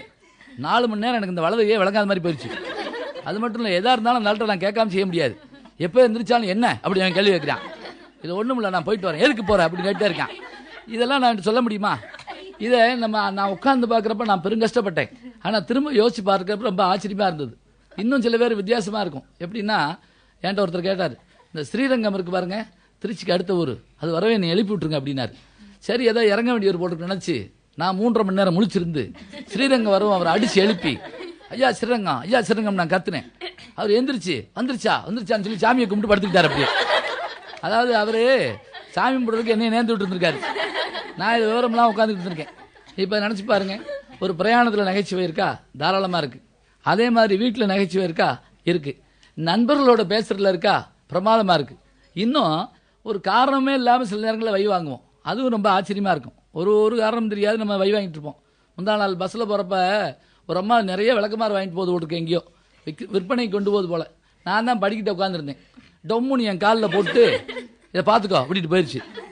என்ன சிரமம் தெரியுமா? வர்றவன் போகிறவன்ல விளக்கமாற ஒரு பார்வை, என்னையே ஒரு பார்வை பார்த்துட்டு அப்படி ஒரு வை வஞ்சிட்டு போகிறாங்க. நான் எவ்வளோ பேர்ட்ட சொல்கிறது, நான் விற்கலைங்கன்னு சொல்ல முடியுமா? முடியாது. அதுக்குள்ளே அந்த கிளவி அங்கேருந்து அடிக்கடி என்கிட்ட கேட்குது, இருக்கா அப்படின்லாம் கேட்குது. ஏதோ நாங்கள் 50% இதில் விற்பனை செய்கிற மாதிரி தோணுது. அப்போ பூரா வையும் நான் வாங்கிட்டு இருந்தேன். இப்போ நினச்சி பார்க்குறோம், பஸ்ஸில் பிரயாணத்தில் இருக்கா? இருக்குது. இன்னும் ஒரு கேள்வி என்ன அப்படின்னா, இந்த சொர்க்கம் நரகம்னு ஒன்று இருக்கான்னு ஒரு கேள்வி கேட்குறோம். யாருக்கும் தெரியாது. இப்போ யாராவது போயிட்டு வந்து பேட்டி கொடுத்துருக்கான செத்தவங்க, சொர்க்கம் ரொம்ப பிரமாதமாக இருக்குது, போய் இறங்கவுமே ரம்பா ஊர்வசி மேனகெல்லாம் மாமான்னு ஒடியா இருக்கு அப்படின்னு. அதெல்லாம் எப்படி கிளவியோ தெரியாது. ஆனால் சொர்க்கம்னா என்ன? நான் நல்லா இருக்கும். நரகம்னா என்ன? கொடுமையாக இருக்கும். ஒரு வாத்தியார் அழகாக சொல்லியிருக்காரு, சொர்க்கம்னா தேனும் பாலும் ஓடும், நரகம்னா எண்ணெய் சட்டியில் ஓட்டு வறுத்து ஈட்டிலே குத்துவாங்க. சொல்லிட்டு ஒரு பையனை கேட்டார், நீ சொர்க்கத்துக்கு போறியா நரகத்துக்கு போறியா? அவன் நீங்க அப்படின்னு கேட்டான். அவர் சொன்னார், உனக்கு சொல்லி கொடுத்தா சொர்க்கத்துக்காக போகிறேன், நரகத்துக்கு தான் போவேன், உட்காரு. நானும் வர்றேன்யா அப்படின்னா. அவருக்கு மகிழ்ச்சியாக இருந்தது. நம்ம மாணவர்கள் எங்கே வேணாலும் வர்றாங்க. எதுக்குடான்னு கேட்டார். உங்களை எப்படி போட்டு குத்துவாங்கன்னு பார்க்கணும், வறுத்து குத்துவாங்கன்னு பார்க்கணும். நீங்கள் எங்களுக்கு பாடம் சொல்லி கொடுத்தீங்க அப்படின்னு சொன்னான். ஏன்னா பாடம் சொல்லி கொடுத்தா அது கஷ்டம்னு நினைக்கிற ஆட்கள் இருக்கு. இந்த ஒத்த சிந்தனைன்னு என்ன தெரியுமா? இன்னைக்கு ஒருத்தர்கிட்ட வெயில் என்ன எப்படி அடிக்குதுன்னு, அப்புறம் எப்படி அடிக்கும் அப்படின்னு கேட்டார். நீ என்ன அவர்கிட்ட நான் சொல்கிறது? இல்லை நான் சும்மா சொன்னேன். என்ன சும்மா எதுக்கு சொல்கிறீங்க? நான் பேசாமல் இருந்தேன். என்ன பேசாமல் இருக்கீங்க? கதை அப்படின்னு கேட்டார். நான் ஒரு வாரத்தை சொல்லி 3 தடவை வை வாங்கினேன் இந்த ஆள்கிட்ட. இப்போ இந்த ஆள்கிட்ட நான் எப்படி உட்காந்து ஒத்த சிந்தனையோட பேச முடியும்? என்ன கேள்வி கேட்டாலும் மறுத்துக்கிட்டே இருப்பாங்க சில பேர், அவன்கிட்ட பேச முடியாது. இப்போ இந்த டூர் போகிறதுன்னு ஒன்று கேள்விப்படுவோம். அந்த டூர் போகிறது பெரும்பாலும் என்ன அப்படின்னா, இந்த ஸ்கூலில் படிக்கிறப்ப போகக்கூடாது. ஏன்னா 2 பேராக கைதி மாதிரி கூட்டு போவாங்க. யாரு கூடயும் பேசக்கூடாது, அமைதியாக மௌன உருவலை மாதிரி போவாங்க. அதில் ஏதாவது பேசுகிறோம்னா சப்புன்னு அடிப்பாங்க அப்படியே. இப்போ நான் ஊட்டிக்கு போயிருந்தப்ப பார்த்தேன், ஒரு பள்ளிக்கூடம் அங்கேருந்து வந்துச்சு, மௌன உருவலமாக வந்தாங்க. ஒரு பைய போய் எட்டி பார்த்தேன், சப்புன்னு அடிச்சார் அந்த வாத்தியார். என்ன எட்டி பார்க்குறேன்னு? அதுக்கு தான் போயிருக்காங்க, எட்டி பார்க்க சுற்றி பார்க்க. அதில் ஒருத்தர் ரொம்ப சோகமாக இருந்தான். அந்த பையலை கூப்பிட்டு கேட்டேன், உனக்கு இந்த டூர் பிடிக்கலான்னு கேட்டேன். இல்லை, போன உடனே இதை பற்றி ஒரு கட்டுரை எழுத சொல்லுவாங்க, நீ சென்று வந்த இன்ப சுற்றுலா பற்றி. அவன் அதை நினச்சி பிள்ளை பயந்துக்கிட்டு இருக்கான். அவன் என்ன பண்ணுவான் இப்போ நினைச்சிங்க. இப்போ இந்த டூர் போகிறப்ப எப்படி இருக்கணும் அப்படின்னா, நம்ம கரெக்டாக கோடை விடுமுறையில் பார்த்தீங்கன்னா எங்கேயாவது போகலான்னு பிளான் பண்ணி வச்சுருப்போம். கிளம்புனதுலேருந்து சண்டையாக தான் இருக்கும். வீட்டில் இங்கேருந்து சண்டை, வீட்டை பூட்டுறதுல சண்டை. சில பேர் பூட்டி சாவி ஆட்டி பார்த்து, இந்த பூட்டை ஆட்டி பார்த்து தொங்கி பார்த்து, சில பேர் பூட்டிட்டு ஒளிஞ்சிருந்தெல்லாம் பார்ப்பாங்க. நம்ம போன பிறகு யார் வந்து எதுவும் எடுத்துகிட்டு போகிறான்னு. இன்னும் சில பேர் பூட்டை சரியாக பூட்டாமல் வந்து எவனையும் எதையும் பார்க்க விட மாட்டாங்க. இப்போ நாங்கள் வடநாடு போயிருந்தோம், ஒருத்தன் வீட்டை சரியாக பூட்டா வந்து போகிற வரவெல்லாம் கேட்குறேன், நீங்கள் பூட்டினீங்களா? நீங்கள் இவன் பூட்டலன்னு எவனுமே பூட்டக்கூடாது. ஆக்ராவுக்கு போயிருந்தோம். இதுதான் தாஜ்மஹால், காதலிக்காக கட்டப்பட்டது. அவர்கிட்ட போய் கேட்குறேன், நீங்கள் வீட்டை பூட்டினீங்களான்னு. அதாவது அவன் எதுவுமே பார்க்கல, அவன் நினப்பு பூரா எதில் தொங்குதுன்னா பூட்டில் தொங்கிக்கிட்டு இருக்கு. இப்போ நம்மளே பார்ப்போம், பெண்கள் பல பேர் வந்துட்டு திடீர்னு யோசிச்சு பார்த்து இன்னைக்கு கேஸ் ஆஃப் பண்ணமா அப்படின்னு நினச்சி பார்த்துட்டு, சரி நம்ம தான் சோறை ஆக்கலையில அப்படின்னு சொல்லி ஒரு முடிவுக்கு வருவோம். அந்த நிமிஷத்தில் ஒரு யோசனை வந்துட்டு போயிட்டே இருக்கும். உட்காந்த இடத்துலயே உட்காந்துருப்போம், ஆனால் எல்லா சிந்தனையும் வேக வேகமாக வெளியில் போயிட்டு அது வேகமாக வரும். அப்படி போகிற டூரில் ரயில்வே ஸ்டேஷன்லேயே சண்டை வந்துடும். சண்டை வந்து உடனே நான் கட்டிருக்கவே கூடாது அப்படிங்கிறார் ஒரு வீட்டுக்காரர். அந்த அம்மா நானும் அதை தான் சொல்கிறேன். அந்த பையெல்லாம் சிரிச்சுட்டு பார்த்துக்கிட்டே இருக்காங்க 6 பேர் கூட நின்று. ஒரு வழியாக போய் திரும்பி வந்து வீட்டில் நிம்மதியாக இருப்பாங்க. டூர் போய் இவ்வளோ சங்கடப்பட்டு அதில் சில பிள்ளை அடிக்கடி காணா போயிடுவாங்க. பார்த்துருக்கீங்களா? எந்த ஊர் போனாலும் காணா போயிடுவாங்க. பல ஊருக்கு போய் போலீஸ் ஸ்டேஷன் மாத்திரம் பார்த்து வருவாங்க. இவங்க காணா போய் கடைசியில் வந்துடுவாங்க எப்படியாவது. இந்த மாதிரி டூர்லாம் போவோம். இப்போ சொல்கிறேனே, இப்போ சமயத்தில் குற்றாலம் போயிருந்தோம் நண்பர்களோட. அதில் நண்பனுக்கு நம்பன் தேவையில்லாத ஒருத்தன் வந்துட்டான்.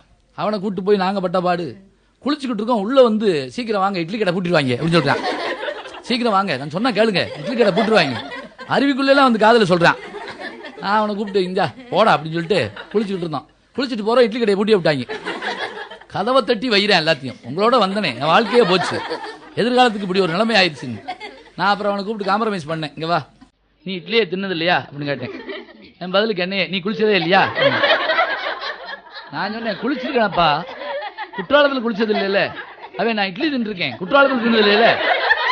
நீ இட்லி திங்கணும்னா ஒரு கார் எடுத்துகிட்டு போய் தின்ட்டு வர வேண்டியதானே. இப்போ இவனோட நீங்கள் என்ன பண்ண முடியும்? ஒரு பேசணும் பண்ண முடியாது. இப்போ குற்றாலத்தில் என்ன பார்த்தீங்கன்னு கேட்டால் என்ன செய்வோம்? ஒன்றும் சொல்ல முடியாது. அப்போ இந்த நகைச்சுவைக்கு என்ன வேணும்னு நம்ம கேட்குறோம். ஒன்றும் பெரிய விஷயங்கள் கிடையாது, எந்த இடத்துலையும் நகைச்சுவைகள் இருக்குது. அப்போ மனசு நிம்மதியாக இருக்கணும் அப்படின்னா இதுதான். அதே மாதிரி இன்னும் பல பேர் பார்ப்பாங்க, இந்த விருந்தாட்கள் வருவாங்க. வந்தால் இந்த கோடை விடுமுறையில் நம்ம எங்கேயாவது போகிறதே எதுக்கான எவனாவது வந்துடுவாங்க அப்படிங்கிறக்காக தான். அவன் உள்ளே வந்துட்டான்னு வச்சுக்கோங்க, அவன் படுத்துகிற பாடு பெரும்பாடு. அதுவும் சில சின்ன பிள்ளைகளை கூட்டு வருவாங்க. அது எப்படி தான் பெற்றுப்பாங்களோ சொல்ல முடியாது. உள்ளே வந்த உடனே எதையாவது உடைப்பாங்க. படார்னு பேனா எடுத்து நங்குன்னு குத்துவேன். அப்படியே மாமா பேனா அதை உடைக்காத அப்படி கரெக்டாக உடச்ச உடனே இருந்தாலும் சொல்லுவேன். உடைக்கிற வரைக்கும் பார்த்துட்டே இருந்துட்டு, மாமா பேனா உடையக்கூடாது, அது நான் இடத்தால 30 வருஷமாக வச்சுருந்துருப்போம். டிவியை பிடிச்சி இப்படி கிடுக்கிட்டுன்னு ஆட்டுவாங்க. நமக்கு உயிர் போய் வரும். அப்படியே அந்த ஆள் பேசாமல் சேர் போட்டு சிரிச்சுக்கிட்டே இருக்கான். சொன்னோம்னா இதெல்லாம் பரவாயில்லைங்க, எங்கள் வீட்டில் டிவி உடைப்பான். உங்கள் வீட்டில் உடைப்பேன், அது உங்கள் வீட்டு டிவி, இது நம்ம வீட்டு டிவி இல்லை, என்ன பண்ணுறது? நகைச்சுவையில் இப்படி பல வகைகள் இருக்குது. நம்ம நினச்சி பார்க்கவே முடியாத விஷயங்கள்லாம் ரொம்ப இயல்பாக வந்து சேரும். இப்போ டாக்டர்கிட்ட போகிறோம். டாக்டர்கிட்ட போனோம்னா பலர் டாக்டரை பாடாப்படுத்துவாங்க. டாக்டர் போன வாரம் போட்ட அந்த மஞ்சள் ஊசியை போடுங்க அப்படின்னு கேட்பாங்க. அது டாக்டருக்கே குழம்பும், இவனுக்கு எதுக்கு போட்டோம், என்ன விஷயம் என்னன்னு தெரியாது. இன்னும் சில பேர் டாக்டருக்கு நம்மளை பாடாப்படுத்துவாங்க. எப்படின்னா, நான் ஒரு தடவை ஒரு டாக்டர்கிட்ட போனேன். அவர் என்கிட்ட மூச்சு எழுங்க இழுத்தேன், விடுங்க விட்டேன், திரும்புனேன், இருமுனேன், சட்டை கழட்டுனேன், சொல்லுங்க என்ன செய்யுது அப்படின்னு கேட்டார். இதை அவர் முதல்ல கேட்டுக்கலாம். நான் சொன்னேன், உங்களுக்கு வந்து கல்யாண பத்திரிக்கை கொடுக்க வந்தேன். அப்படியா, சரி பரவாயில்ல, நீங்கள் எப்போ எதாக இருந்தாலும் நீங்கள் என்கிட்ட தான் கட்டாயம் வரணும், போயிட்டு வாங்க.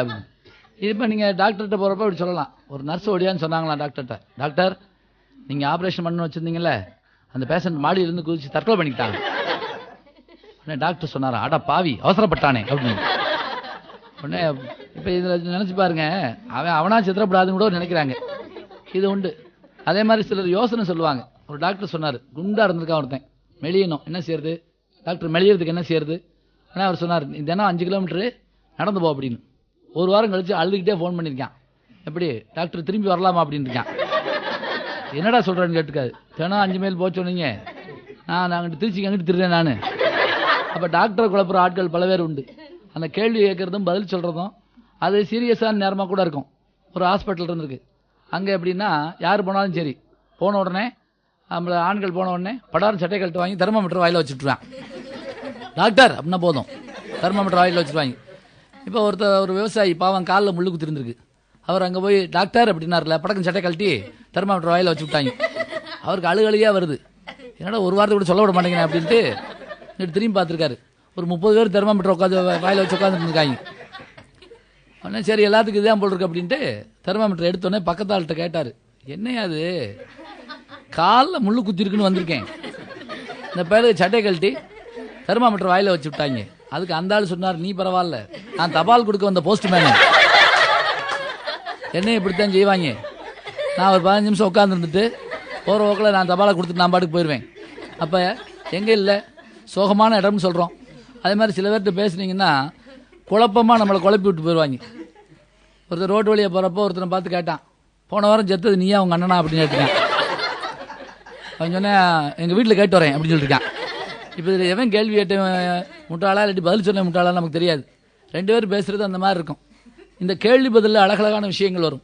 நாங்கள் ஒரு தடவை பட்டிமன்றம் பேச போயிட்டு திரும்ப வர்றதுக்கு, அது சின்ன கிராமம், நான் ஒரு ஆளை கூப்பிட்டு கேட்டேன், என்னையா ராத்திரி 12 மணி ஆயிடுச்சு அப்படின்னு சொல்லிட்டு கடைசி பஸ் எத்தனை மணிக்கு அப்படின்னு கேட்டேன். அந்த ஆள் உடனே 2 மணிக்கு அப்படின்னாரு. அதுக்கு முன்னாடி அப்படின்னு கேட்டேன் நான். அதுக்கு முன்னாடி 2 லைட் இருக்கும் அப்படின்னு அந்த ஆள். என்ன இது எனக்கு தெரியாதா? நைட்டு 12 மணிக்கு கூட இப்படி அலைகிறாங்க. சரி இந்த ஆள்கிட்ட கேட்கக்கூடாதுன்னு இன்னொரு ஆளை கூப்பிட்டு கடைசி பஸ் 2 மணிக்குங்கிறாங்க, அதை விட்டா அப்படின்னு, அதை விட்டா அது போயிடும் அப்படின்னாவே. இப்போ யார்கிட்டையுமே எந்த கேள்வியும் நம்ம கேட்கக்கூடாது அப்படின்னு ஒரு முடிவுக்கு வர்றோம். இன்னொருத்தர் சொன்னார், இந்த வித்தியாசமாக பேச முடியுமா அப்படின்னு கேட்டால் அதுக்கு கூட இருக்குன்னு சொல்கிறாங்க. எப்படின்னா நகைச்சுவையே இருக்காது மாதிரி இருக்கும், ஆனால் உள்ள ஒரு நகைச்சுவை இருக்கும். ஒரு கணவன் மனைவி 2 பேர். அப்போ அந்த மனைவி என்ன பண்ணாங்களா, கணவன்ட்டு ஒரு கேள்வி கேட்டிருக்காங்க. காப்பி ஆற்றி கொடுத்துக்கிட்டே, ஏங்க உங்களுக்கு காஞ்சிபுரம், தர்மாபுரம், பனாரஸ், ஆரணி, சின்னாலப்பட்டி இந்த ஊரெல்லாம் நினச்ச உடனே என்ன ஞாபகம் வருது? அவன் உடனே சொன்னான், இந்த ஊரெல்லாம் நினச்ச உடனே திருப்பதி, பழனி, திருச்செந்தூர். இதில் என்ன இருக்கும் அப்படின்னா இந்த 2 பேர் என்ன பேசுனாங்க, இவன் நமக்கு ஒன்றுமே புரியாத மாதிரி இருக்கு. அந்த அம்மா என்ன சொல்லியிருக்கு, எனக்கு தீபாவளிக்கு பட்டு எடுத்து கொடுப்பியா அப்படிங்கிறதுக்காக இந்த ஊரில் என்ன நினச்சோன்னே பட்டு, அந்த ஊர்லெல்லாம் பட்டு ஆடை நெய்வாங்க. இவன் ஒன்று என்ன பண்ணா, உனக்கு பட்டு எடுத்து கொடுத்தா நான் மொட்டை அடிக்க வேண்டியதுதான் அப்படிங்கிறதுக்கு உனக்கு பட்டு எனக்கு மொட்டை. 2 பேரும் ஒருத்தர் ஒரு வார்த்தை கூட சொல்லலை. குறிப்பில் குறிப்புணர்வாரை உறுப்பினில் யாது கொடுத்தும் குழல் அப்படின்னு ஒரு திருக்குறள் இருக்கு. அப்படின்னா என்ன அர்த்தம்னா, சொல்லித்தான் புரிய வைக்கணும்னு இல்லையா, பார்த்தாலே புரியணுமா. இப்போ நான் ஒரு நண்பரை கூப்பிட்டு வீட்டுக்குள்ளே போகிறேன், மனைவி நிமிந்து பார்த்தேன்னு என்ன அர்த்தம், இந்த ஆளுக்கு சேர்த்து காப்பி கொண்டு வான்னு அர்த்தம். அந்த அம்மா பதிலுக்கு என்னைய முறைச்சா என்ன அர்த்தம், அவனையும் கூப்பிட்டு வெளியே போய் காப்பி குடின்னு அர்த்தம். அப்போ ஒரே நாங்கள் 2 பேரும் பேசிக்கிறல, பேசுறதுக்கு முதல்லையே இப்படி ஒரு அர்த்தம் அதில் தெரியுது, இப்படி தோணிக்க வைக்கிறோம்ல அதுக்காக. அதனால எந்த இடங்கள்லையும் நகைச்சுவைகள் பிரமாதமாக இருக்கும். ஒரு ஆசிரியர்கிட்ட மாணவர் கேள்வி கேட்பாரு, பதில் சொல்லுவாங்க. நான் சொன்னேன் எப்படி அப்படின்னா, நல்லா படிச்சுக்கோப்பா, பரீட்சையில் கவனமாக எழுதணும் அப்படின்னு. பரீட்சை முடிஞ்சோடனே ஒரு தொடியாந்து கொஸ்டின் பேப்பர் எம்எல்ஏ இப்படி எரிஞ்சான். என்ன அப்படின்னே, பூரா அவுட் ஆஃப் சிலபஸ் அப்படின்னா. நான் பயந்துட்டேன். நடத்தாத கேட்டாங்களான்னு கேட்டேன். இல்லை நான் கொண்டு போனது ஒன்று கூட வரல அப்படின்னா. இவன் கொண்டு போனது வரலன்னா அதுக்கு பேர் அவுட் ஆஃப் சிலபஸ்னு வச்சிருக்கான். இப்போ அவனுக்குன்னு ஒரு மொழி வச்சிருக்கான், அந்த மொழியோடு நம்ம பேசி பழகிறதுக்கு நம்ம வேணும். அதே மாதிரி காதலிக்கிறப்ப சில பேர் வித்தியாசமாக ஆங்கிலத்தில் பேசணும்னு நினச்சி காதலிப்பாங்க. அது வரைக்கும் தமிழில் தான் பேசுவான். ஒரு பொண்ணு ஒரு பையனை உட்காந்துருந்தாங்க. அந்த பொண்ணு சொல்லிச்சு, சொன்னா ஐ லவ் யூ அப்படின்னா. உடனே அந்த பிள்ளை உடனே ஐ லவ் யூ டூ அப்படின்னு சொல்லிச்சு. டூன்னா என்ன அர்த்தம், நானும் உன்னை காதலிக்கிறேன்னு. இவன் பயந்துட்டான், ஐ லவ் யூ டூவா அப்படின்னா ஐ லவ் யூ 3 அப்படின்னு. இப்படியே இவங்க 100 வரைக்கும் எண்ணிக்கிட்டே இருக்க வேண்டியதான். அப்போ ஒவ்வொரு இதுலையும் பாருங்க, இந்த மொழி தெரியாத விஷயத்தில் கூட ரொம்ப ஆச்சரியப்படுத்துவாங்க. இந்த ஆங்கில படங்கள் நீங்கள் போய் பார்த்தீங்கன்னா சிலர் தெரிஞ்சு சிரிப்பான் படம் பார்த்து, சில பேர் சிரிக்கிறவனை பார்த்து சிரிப்பாங்க. அதான் 2 பேர் படத்துக்கு போனாங்களாம், எல்லாரும் சிரிச்சிருக்காங்க. இவன் சொன்னா என்ன அவங்க மாத்திரம் சிரிக்கிறாங்க, இவன் சொன்னா அடுத்த சீனில் நம்ம சிரிப்போம்டா, நம்ம டிக்கெட் வாங்கலையா. அது எனக்கு கூட வந்த ஒருத்தர் அருமையாக சொன்னார், இங்கிலீஷ் படம்னா இங்கிலீஷ் படம் தாங்க அப்படின்னாரு. எப்படியான்னு கேட்டேன். சின்ன பையன் கூட இங்கிலீஷ் பேசுகிறேன் படத்தில், இங்கிலீஷ் படத்தில் சின்ன பையன் இங்கிலீஷ் பேச மாட்டானா, அது அவனுக்கு தாய்மொழி. ஏன்னா நமக்கு யார் இங்கிலீஷ் பேசினாலும் பயமாக இருக்கும். இப்போ ஒரு அருமையாக சொன்னால் ஒரு பையன், என்ன நீங்கள் அவரை போய் பார்க்க சொன்னீங்க, வெளியே போகணும்னு சொல்லியிருந்தா கூட பரவாயில்ல, கெட் அவுட்னு சொல்லிவிட்டார் அப்படின்னா. 2 ஒன்று தான், இதை வச்சு என்ன செய்ய முடியும். இன்னும் பல்வேறு கலன்கள் இருக்குது நகைச்சுவைக்கு. என்னென்ன கலன்கள் அப்படின்னா, இப்போ கடன் வாங்குறத பற்றி வச்சுக்கோங்களேன், அதில் நகைச்சுவை சொல்ல முடியாதா, அருமையாக சொல்லலாம். எப்போவுமே நம்ம நாட்டில் பாருங்கள், கடன் வாங்க போகிறப்ப அந்த ஆள் புகழ்ந்து பேசி வாங்குவான், வாங்கி முடிச்ச பிறகு அவனை வையோ வையின்னு வைவான். கடன் கேட்டு வந்தானே வைங்க, வெக்கம் இல்லாமல் கொடுத்து உடனே கேட்குறேன் பாரு, கடங்கார பையன் வர்றான் பாரு, யாரு கடன் கொடுத்தவனை வைவாங்க. அதான் என்கிட்ட ஒரு ஆள் கடன் வாங்கி திருப்பியே தரல, நான் கேட்டு பார்த்துட்டு லெட்டர் எழுதி விட்டேன், ரிப்ளை கார்டு, நன்றி மறப்பது நன்றன்று. அவன் அங்கிருந்து எழுதினான், அன்றே மறப்பது நன்று. வாங்கினா அன்னைக்கே மறந்துனுங்கடா, எதுக்கு ஞாபகம் வச்சிருக்கீங்க. ஒரு கடங்காரன் அங்கேருந்து வந்தான், வீட்டுக்காரன் வாசலில் உட்காந்துருந்தான், பார்த்துட்டான், ஐயோ அவன் அடிப்பான் போல் இருக்கு அப்படின்னு சொல்லிட்டு வேகமாக ஓடினான் வீட்டுக்குள்ளே. மனைவியை கூப்பிட்டான், இவ்வாறு கடங்காரன் அடிப்பான் போல தெரியுது, இப்போ என்ன செய்யறது, நான் உன்னை அடிக்கிற மாதிரி நடிக்கிறேன், சும்மா விளையாட்டுக்கு, உன்னை அடிக்க முடியாது, நீ அழுகிற மாதிரி கத்து. அந்த பையன் ஏதோ குடும்ப சண்டையாக நினச்சி போயிடுவான். சொன்ன உடனே அடித்தான், மனைவி கத்துனா, கடங்காரன் வாசலில் நின்று பார்த்தான், போயிட்டான். உடனே புருஷன் காலரை தூக்கி விட்டு, எப்படி என் நடிப்பு, உன்னை அடிக்கிற மாதிரி நடிச்சனே, என் நடிப்பு எப்படி. அவள் தெரிச்சா, நீ என்ன நடிச்ச, நீ தொடாமலே பேயா கத்துறனே ஏன் நடிப்பு எப்படி, அதுக்கு அந்த கடங்காரன் திரும்பி வந்து நான் போற மாதிரி போனேன் ஏன் நடிப்பு எப்படி. அதாவது இவனுக்கு கடன் கொடுத்தவன் அவன் இவன மாதிரி எத்தனை பேரை பார்த்துட்டான் நினைச்சு பாருங்க. காதல்ங்கிற விஷயத்துல நிறைய விஷயங்கள் சொல்லலாம். இது ஒன்று தான், இந்த காதல் ஒன்று தான் அடுத்த ஆள்கிட்ட யோசனை கேட்க முடியாத ஒன்று.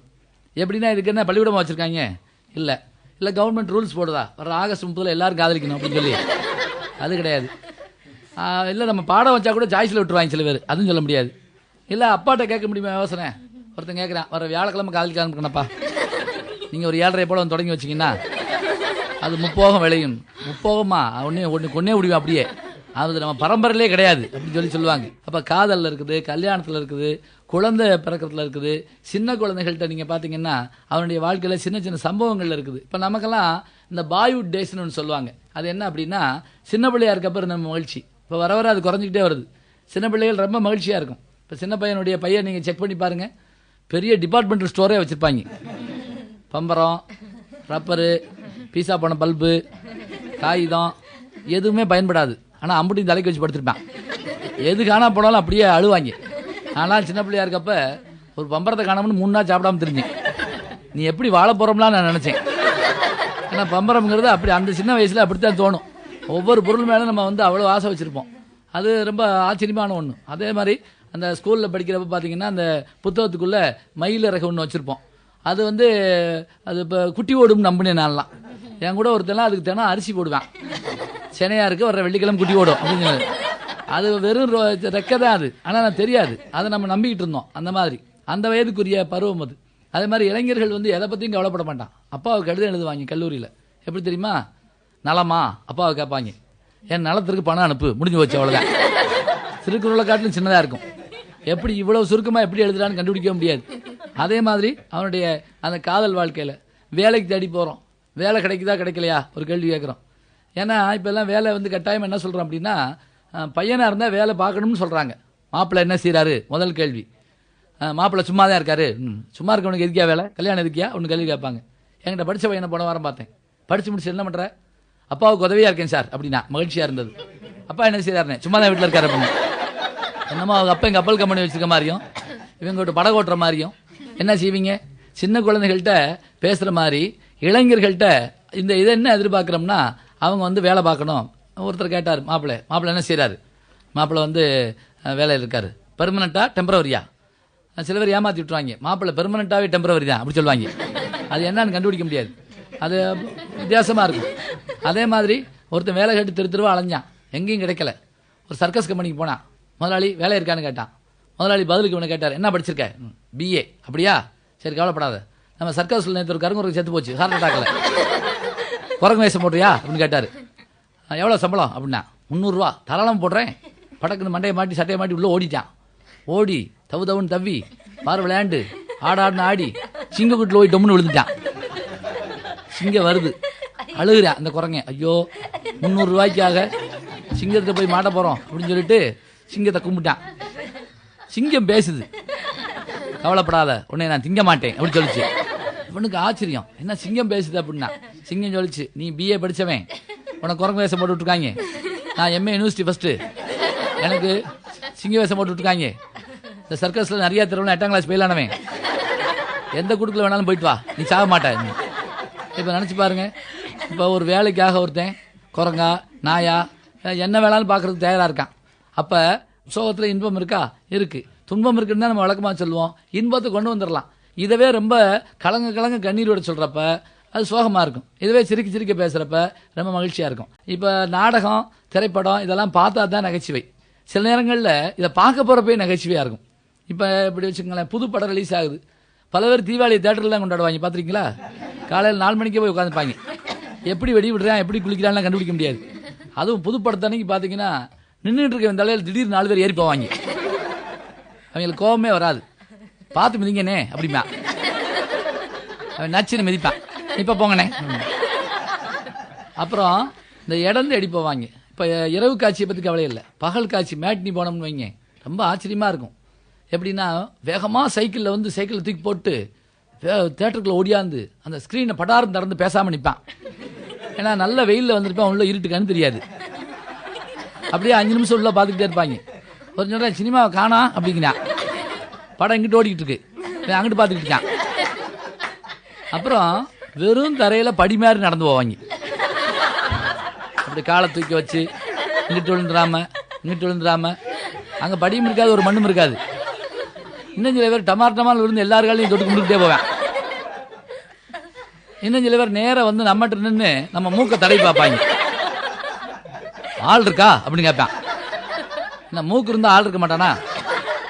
நமக்கு என்ன கோவம் வரும்னா, அவன் நம்மளை ஆளான்னு கேட்டதுக்கு இல்லை, அதுக்குள்ளே 2 சீனை மறைச்சு விட்டான். இப்போ எல்லாம் இந்த வார்த்தைக்கு வேற அர்த்தம் வந்துருச்சு. இப்போ மாணவர்கள்ட்டெல்லாம் சொல்ல முடியல, சீன்னா வேற அர்த்தம் போட்டிருக்கு. அது ஒரு மாதிரியான படங்களுக்கு பேர் சீன் வச்சுருக்காங்க, சீன் படம் அப்படின்னு. நான் இது தெரியாமல் கம்பராமாயணத்தில் ஒரு சீன் அப்படி சொன்னேன் வகுப்பில். ஒருத்தர் எந்திரிச்சு என்னை கும்பிடுறான், கம்பராமாயணத்தில் சீன் இருக்காயா அப்படின்னு சொல்கிறான். அப்புறம் நான் ஏதோ தப்பாக சொல்லிட்டு மாட்டேன்னு சொல்லிட்டு, ஏன்னா அவனுக்குன்னு ஒரு பாஷை இருக்குது, அதை வச்சு தான் கண்டுபிடிக்க முடியும். அப்புறம் கீழே விழுந்தாங்க பாருங்க, அவனை மூக்கெல்லாம் தடவை பார்த்து இப்படியே ஒவ்வொரு சேராக போய் கடைசி சேருக்கு போவேன். தமிழ்நாட்டில் கடைசி சேர் கிடையாது, கம்பி தான் வச்சுருப்பாங்க. டொம்முன்னு விழுந்துருக்கான். விழுந்தோடனே பக்கத்து ஆளு கேட்பாரு, என்ன விழுந்துட்டீங்க போட்டிருக்கு அப்படின்னு கேட்பாரு. விழுகிற வரைக்கும் பார்த்துட்டு இருந்துட்டு, அதெல்லாம் பல பேர் விழுந்தோடனே சுற்றி முற்றி பார்ப்பாங்க. பார்த்துருக்கீங்களா? யாராவது பார்த்துட்டாங்களா அப்படின்னு சொல்லி பார்ப்பான். பார்க்கலன்னா எஞ்சி போயிடுவான். அப்புறம் விழுந்தவன் ஏறி நம்மகிட்ட உட்காந்து, படம் அப்பதே போட்டாங்களா அப்படின்னு கேட்பான். நம்ம அவனுக்கு கதை சொல்லுவோம். அப்புறம் 2 பேரும் சேர்ந்து அடுத்த ஆள்கிட்ட கதை கேட்போம். படம் நல்லா ஓடிட்டு இருந்துச்சு. ஒருத்தன் நல்லா வெத்தலை வாக்கு போட்டிருந்தான். வெளியே போய் துப்புனா படம் போயிடும். துப்பாமல் இருக்க முடியல. பக்கத்தால் இப்படி கூப்பிட்டான் கையிலே. அப்படி கையில் சாடை காய்ச்சா, எப்படி எங்கே போய் துப்புறது அப்படின்னு கேட்டான். அவன் சொன்னா, எதுக்கு போய் வெட்டியாக வெளியே துப்புற, உன் பக்கத்தில் உட்காந்துருக்கேன் பையில் துப்பி விடு அப்படின்னு சொன்னான். இவன் சொன்னா, ஐயோ அவன் அடிப்பான் அப்படின்னு சொன்னான். என்ன அடிப்பாங்கிற? நான் 1/2 மணி நேரம் மொபைலில் தான் துப்புறேன், நீ அடிச்சியா? ஏன்னா படம் ஓடிக்கிட்டு இருந்தா சில பேர் கொலையே நடந்தாலும் கவலைப்பட மாட்டாங்க. இப்போ வலது காதை அறுத்துட்டு போயிருங்க, என்னென்ன இந்த பக்கம் சவுண்டை காணா அப்படின்னு சொல்லுவேன். இதுதான் நடக்கும். பேச்சோ மற்றவையோ எதுக்கு இந்த நகைச்சுவை? ஒரு கேள்வி கேட்குறோம். நகைச்சுவை எதுக்குன்னா, கேட்டார் பிணிக்கும் தகையவாய் கேளாரும் வேட்பமொழிவதாம் சொல் அப்படின்னு ஒரு திருக்குறள் இருக்கு. கேட்டோர் மகள வேண்டும், கேளாதர் பகைவர்களாக இருந்தாலும் அவர்கள் விரும்புமாறு பேச வேண்டும். இது 2000 வருஷத்துக்கு முதலே திருவள்ளுவர் சொல்லியிருக்காரு. கேட்டவங்கெல்லாம் மகளணும், கேட்காதவங்க வருந்தணும். இது மாறிடப்படாது. கேட்டாலாம் நொந்து போய் உட்காந்து கேட்காதல பார்த்து, நல்ல வேலை நேற்று நீ வரல, பொண்ணு அத்துட்டான், என்னதை கொண்டா என்னத்தை அத்தான்னு தெரியாது, அவன் பேச்சதான் அப்படி சொல்கிறாங்க. ஒரு தற்கொலை பண்ணி சாகிறதுக்கு மலை உச்சிக்கு போயிருந்திருக்கான். சாக போகிறப்ப திடீர்னு இப்படி ஒரு பேச்சு கேட்டிருந்துருக்கு. படக்கு நின்றுட்டான். கொஞ்ச நேரம் நின்னா இறங்கிட்டான். இறங்கி வந்து அந்த பேசுகிறவர் முன்னாடி உட்காந்துட்டான். அவரையே பார்த்துக்கிட்டே இருக்கான். பேசி முடிச்சோடனே கை விடுத்தான். ஐயா, தற்கொலை பண்ணி சாக தெரிஞ்சனியா, உங்கள் பேச்சை கேட்டேன் திரும்பிட்டானியா. இவருக்கு அழுக வந்துருச்சு. அவ்வளோ நல்லா பேசுனா, உன் தற்கொலையை தடுத்துட்டனா, ஏன் திரும்பி வந்தேன்னாரு. நீ எல்லாம் உயிரோடு இருக்கப்ப நான் ஏன் சாகணும்? நீ பேசியே கொள்ற. நீ உன்னைய பார்த்த உடனே எனக்கு ஒரு தெம்பு வந்துச்சு, நீ நான் ஜென்மத்துக்கு சாக மாட்டேன். அப்போ எப்படி பாருங்க. அப்போ நல்ல பேச்சுங்கிறது ஆட்களை தன்பால் பார்த்த உடனே அதானே, இல்லைன்னு என்ன ஆகும்? அதே மாதிரி ஜோதிடம் ஜாதகம் இதெல்லாம் பார்க்குறாங்க, அது பார்க்கலாம், அது வந்து கணக்குன்னு சொல்கிறாங்க. வானவியல் சாஸ்திரம்லாம் ரொம்ப போட்டு படுத்தப்படாது. சிலர் எப்போ பார்த்தாலும் எதுக்காக இருந்தாலும் சரி ஜாதகம் பார்த்துக்கிட்டு இருப்பான். அது மட்டும் இல்லை, சகுனம் பார்த்தே பாடப்படுத்துவாங்க. ஒரு கோஷ்டி பொண்ணு பார்க்க கிளம்பியிருக்காங்க பஸ்ஸில். கண்டக்டர் எங்கே ஓணும்னாரு. ஆமாம், போகிறப்ப எங்கே வரோம்னு கேளு, விளங்கும்யா போகிற காரியம். அப்புறம் அவர் என்ன செய்வார், எல்லாரும் எங்கேருந்து திரும்பி வருவீங்கன்னு கேட்பாரா? இப்படி கேட்க முடியுமா? முடியாது. ஒருத்தர் என்ன பண்ணால், ஜோசிகார்கிட்ட போய் ஜாதகத்தை கொடுத்தான். அவர் வாங்கினோடனே இப்படி பார்த்தார். 7ஆம் நம்பர் வீடா அப்படின்னு கேட்டார். ஆச்சரியப்பட்ட, வீட்டு நம்பர்லாம் சொல்கிறாங்க. உன் கூட பிறந்தவன் 7 பேர், மூத்தவன் பேர் மாணிக்கம், கடைசி பேர் சபாபதி. காலில் விழுந்துட்டான். ஐயா, இப்படி ஒரு ஜோசியரை நான் பார்த்ததே இல்லையா, எப்படியா அப்படியா அக்குவர் ஆணிவரியா புட்டு புட்டு வைக்கிறீங்க? ஜோசியர் சொன்னார், இது ரேஷன் கார்டு உங்கள் வீட்டுது, போய் ஜாதகத்தை எடுத்துட்டு வா, நான் அதை வச்சு வாட்சி சொல்கிறேன், நீ அதை கேட்டு ஆச்சரியப்பட்டுக்கிட்டு இருக்க. ஏன்னா நம்ம எதாக இருந்தாலும் ஆச்சரியப்பட்டுக்கிட்டே இருப்போம். அது யார் சொன்னாலும் சரி, நம்ம வீட்டு ரேஷன் கார்டு ஜோசியர் வாட்சினா கூட அப்படியே உள்ளபடி சொல்லிட்டு இருக்காரு அப்படின்னு சொல்லுவோம். அதுக்காக அப்போ எதிலெல்லாம் நம்பிக்கை வைக்கலாம்? நல்ல விஷயங்கள் நம்பிக்கை வைக்கலாம். இனிமையானது உலகம். பாரதியார் சொன்னார், எத்தனை கோடி இன்பம் வைத்தா எங்கள் இறைவா. எல்லாம் இனிமை. இப்போ மழை பெஞ்சா இனிமை, காற்றடிச்சா இனிமை. நமக்கு எது வெஞ்சாலும் நமக்கு கோபமாக தரும். வெயில் அடித்தா என்ன தனியாக முடிச்ச வெயில் அப்படின்னு. மழை வெஞ்சு இப்படி மழை வெஞ்சா அப்புறம் என்ன செய்யுது? அதான் ஒரு நாள் அன்றைக்கி கேட்டார், உங்கள் ஊரில் தம்பி மழை எப்படி பெய்யுது? நான் எங்கள் ஊரில் தனியாக தான் பெய்யுது அப்படிங்கிறேன். 2 பேரும் கோபத்தில் பேசுகிறாங்களா சந்தோஷத்தில் பேசுகிறாங்கன்னு கண்டுபிடிக்க முடியாது. இப்போ பாருங்க, ஒருத்தர் பேசுறது எல்லாம் இன்பம் மகிழ்ச்சி தான். குழந்தையோட பேசுறது, வீட்டில் பேசுறது, ஒரு இயற்கை காட்சியை பார்க்கறது. அதே மாதிரி யார் என்ன கேட்டாலும் சரி அதுக்கு ஒரு சந்தோஷமான பதில் சொல்றது. ஒருத்தருக்கு ஒருத்தர் பாடுறோம், மகிழ்ச்சி, சந்தோஷம், நல்லா இருங்க, இப்படி பாராட்டுறது. ஆங்கிலத்தில் பார்த்தீங்கன்னா இப்போ நீங்கள் கேளுங்க, தமிழில் என்னப்பா எப்படி இருக்கேன்னு கேளுங்க, என்னமோ இருக்கேன் அப்படின்னு சொல்லிட்டு இருப்பாங்க. அதே இங்கிலீஷில் கேட்டால் உடனே ஃபைன் அப்படின்னு சொல்லுவான். அது என்னன்னு தெரியல. ஏன்னா அந்த வார்த்தைக்கு மேலே வேற வார்த்தை தெரியாது, அதுக்காக அப்படி சொல்றது. இப்போ என்ன ஆயிடுச்சுன்னா, இப்படியே பேசி பேசி இந்த தமிழ் மேலே நமக்கு ஒரு பயம் வருது. எப்படின்னா, இப்படியே பேசி பேசி தமிழை மறந்துடுவாங்களோ அப்படின்னு சொல்லி. ஏன்னா 2000 வருஷமா தமிழ் நினைச்சு இல்லைன்னு சொல்ல முடியாது. இப்போ நீங்கள் நினச்சி பாருங்க, அம்மா அழகா இருக்கு வார்த்தை. அம்மானு எங்கே சொல்லுது பிள்ளைங்க? சொல்றதில்ல. மம்மி மம்மியும் கிடையாது, மம், அவ்வளோதான், சுருக்கிட்டாங்க. அப்பா அதுக்கு டாடியும் கிடையாது, டேட். நீ கொஞ்சம் கழிச்சு டாய் அப்படின்னாலும் சரின்னு வாங்கி. ஒரு வீட்டுக்கு போயிருந்தேன், ஒரு பிள்ளை மம் மம் மம்னு திரும்பிச்சு. அப்படியே அவங்க கூட பேச முடியாத பிள்ளையாக்கு நினைச்சு, என்ன அவங்க மம்மியை மம் அப்படின்னு கூப்பிடுங்க, எங்க மம்மியை நாங்கள் மம் அப்படி தான் கூப்பிடுவாங்க. அப்படியே அவங்க பெரியம்மாவை எப்படி கூப்பிடுவேன்னு கேட்டேன், மேக்சிமம் அப்படி கூப்பிடுவாங்க. உங்க சின்னம்மாவை மினிமம், நல்ல குடும்பம். இப்படி மம் போட்டுக்கிட்டு இருந்தா என்ன ஆகும்? ஒரு கவிஞன் அழகா சொன்னா, அம்மா என்றது மாடு, மம்மி என்றது குழந்தை. அதாவது மாடு கூட அம்மாங்குது, பிள்ளைய மம்மின்னு கூப்பிடுதே. எதுக்கு சொல்ல வைக்கிறோம் அப்படின்னா, நல்ல அருமையான சொற்கள்லாம் நம்மகிட்ட இருக்குது. இப்போ உதாரணமா பேசினான் அப்படி ஒரு சொல்ல எடுத்துங்களேன், எத்தனை சொல்லு வச்சிருக்கேன் தெரியுமா? கூறினான், செப்பினான், மொழிந்தான், நவின்றான், களறினான், அரைந்தான், புகன்றான், இத்தனை சொல்லு வச்சிருக்கோம். இது எதையுமே சொல்றதே இல்லை நம்ம. அவர் எப்படி பேசினாரா? கொத்துனா முத வார்த்தை. கொத்துறதுனா என்ன? பாம்பு கொத்தும். இன்னொன்று கொத்து புரோட்டான்னு ஒன்று இருக்கு, டட்டன்னு போட்டு கொத்திட்டு இருப்பாங்க. சரி, இன்னொருத்தர் எப்படி பேசினானா? செதுக்குனா. நடுவர் பிராண்டி விட்டான். இப்போ இன்னும் சில இதில் பார்த்தீங்கன்னா, நல்லா பேசினா பின்னிட்டான்.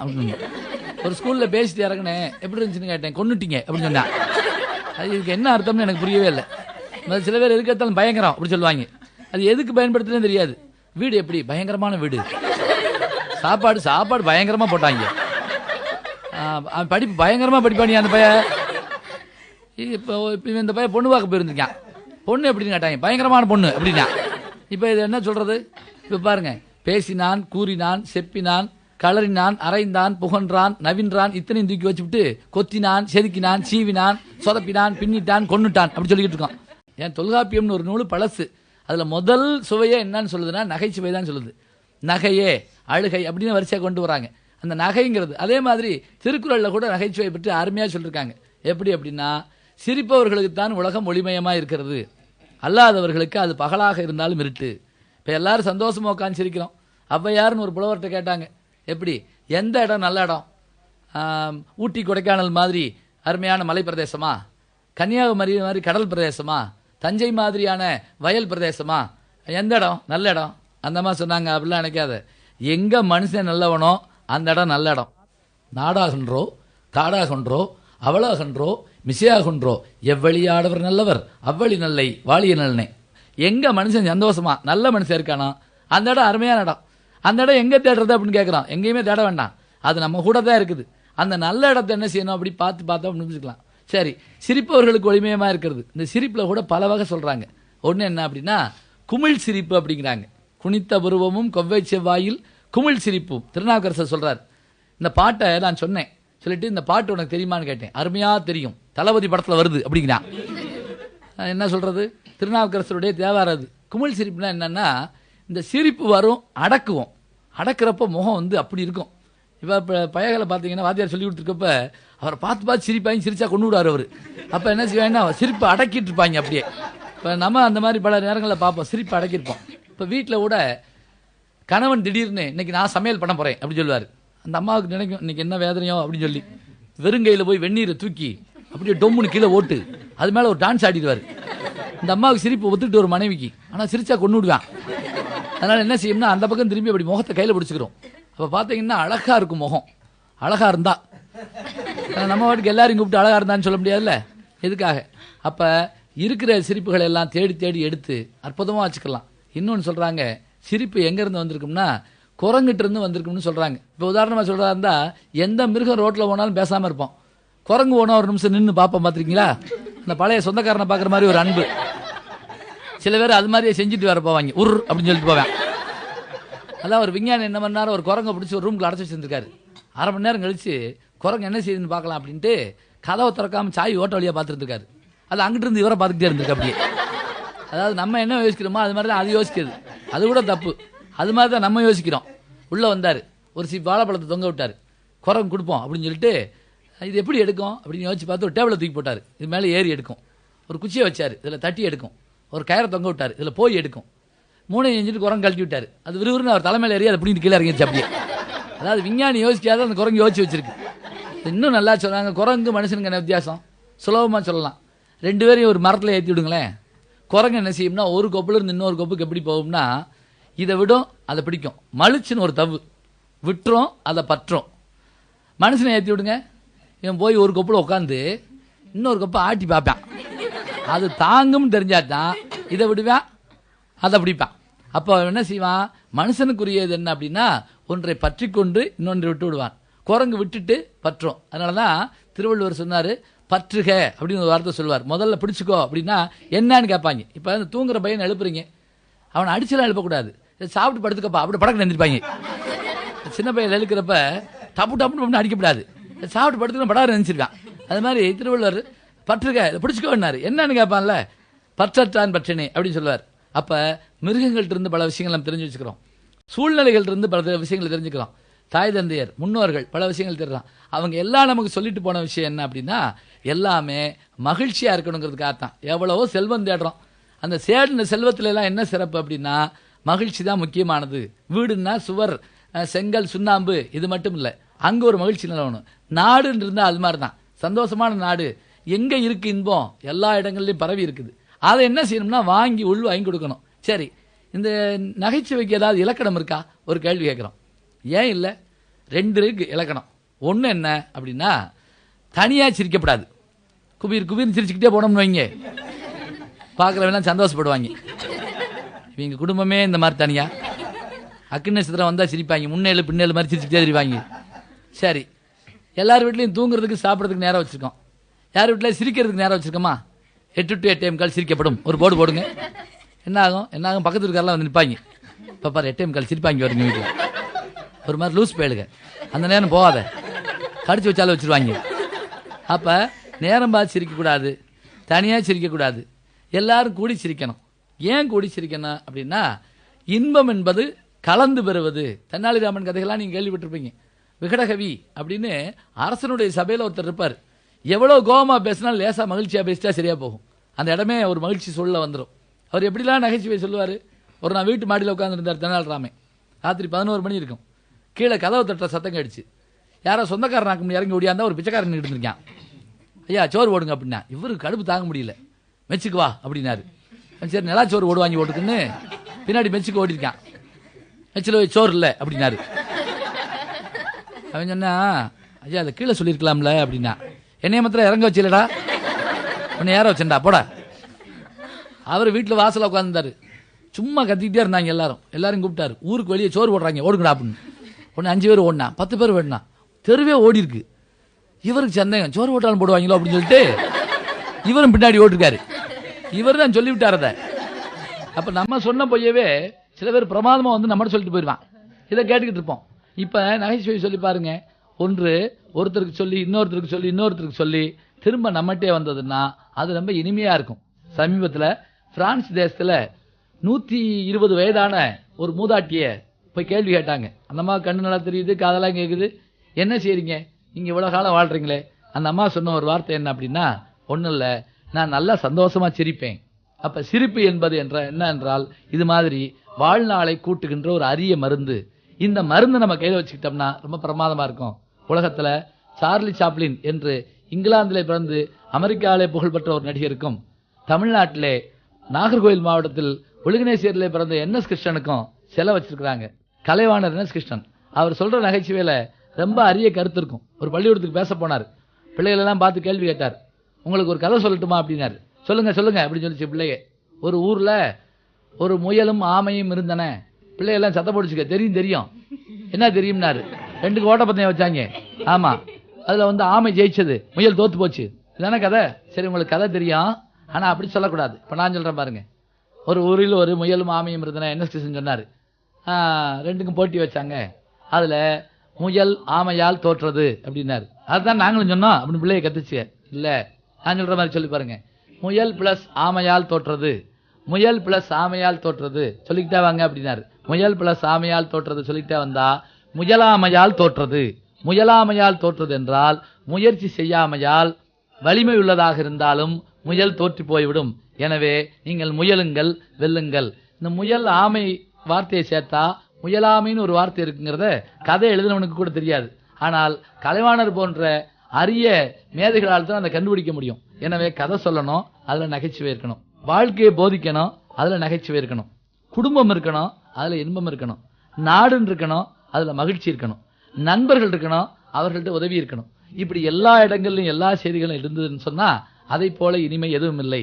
எனவே நகைச்சுவை என்பது அது ஒரு அரிய மருந்து, மனித உயிர்களுக்கு கிடைத்திருக்கக்கூடிய அற்புதமான வரம். இந்த வரத்தை முதல்ல கண்டுபிடித்துக் கொண்டவர்கள் நம்முடைய தமிழர்கள். 2000 வருஷத்துக்கு முதல்ல இதை பற்றி சிந்தித்தார்கள், சொன்னார்கள். அதை பலருக்கும் பரப்புமாறு செய்தார்கள். நகைச்சுவையாளர்கள் எப்போதும் மக்கள் மனதில் நிற்கிறார்கள். நகைச்சுவையே சிறந்த மருந்து. அதை பெறுவீர்கள், மற்றவருக்கும் தருவீர்கள். சிரிச்சா நல்லது, சிரிக்க சிரிக்க நல்லது. வாய் விட்டு சிரிச்சிங்களா? இன்னும் சிரிக்கலாம், கொஞ்சம் பொறுங்க.